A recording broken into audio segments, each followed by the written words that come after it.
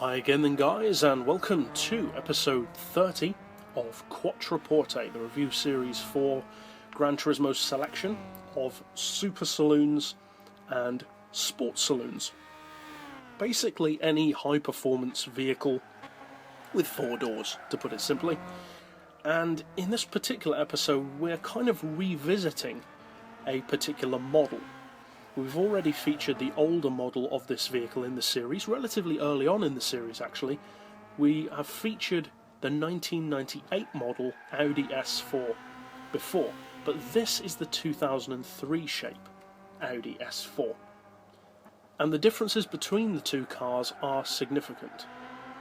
The engine, for a start, on this model is significantly larger, and it's interesting to see how the engines of both S4s actually parallel those of what would come to be their improved models. Because after the S4 of this generation and after the S4 of the older generation were released, we later had access to the RS4 versions. In the case of the older model, the RS4 was only ever released as the wagon, and in the case of this model, of course, we got the first RS4 of the saloon shape, which came to be known as one of the most fun and one of the best all-round super saloons of its time. Now the engine, as I said, is bigger. It's a 4.2 litre V8 compared to the older model's 2.7 litre. Now the older model has another advantage, because although it has a smaller engine, it's turbocharged, whereas this car is naturally aspirated, and that's a big disadvantage to this car. And unfortunately, that disadvantage does become apparent when you compare the specs of the two. This car certainly is no slouch. It produces 597 horsepower, but the older model puts out 678, so significantly more, around 80 horsepower more to be exact. As far as torque as well, the older model is the superior of the two by around 100 pound-feet, with this car sitting at 463 foot-pounds of torque. The weight as well on the older model is well over 100 kilos less than on this model at 1329 kilos in the case of this one.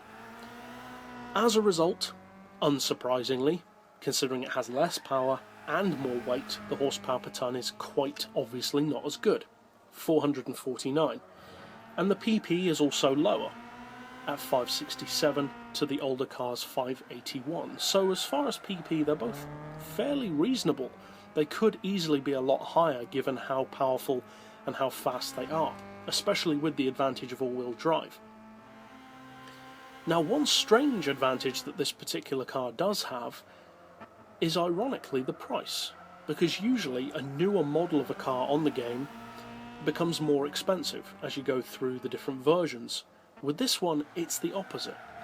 Not only is it cheaper, it's a lot cheaper. Around 15,000 credits cheaper to be exact. The newer model costs 55,000 credits, compared to the older shape, 71,000 credits for the 1998 car.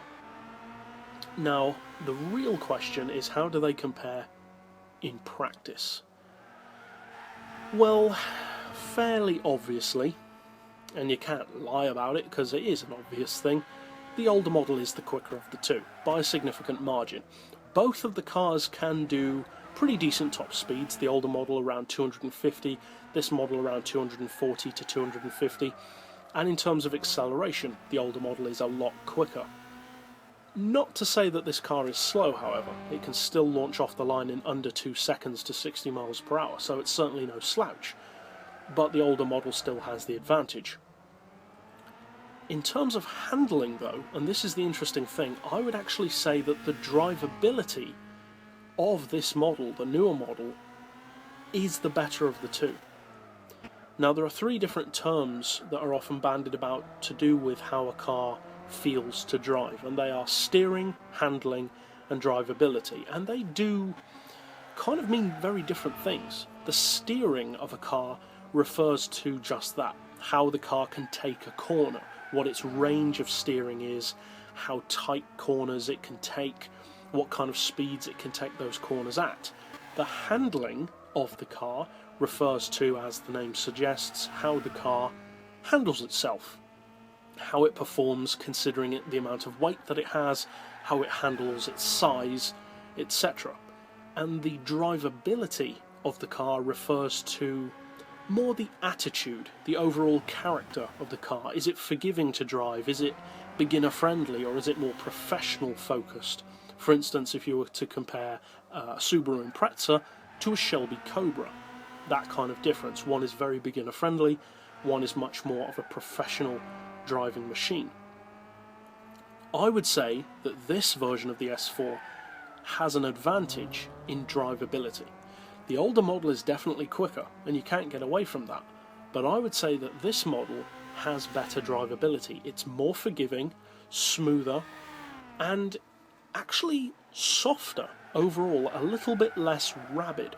And although that may sound like a disadvantage around the track, in some cases and on certain circuits that can actually work to your advantage. It can actually make the car better for certain tracks, especially if you're going to be driving the car for a longer race and you don't want to start making mistakes because of how difficult the car is to drive. Now, neither are difficult to drive, but this, I would say, is the superior of the two, possibly for less experienced drivers, but for drivability overall. So that's it for this particular review. I'll see you guys next time, and as always, thanks for watching.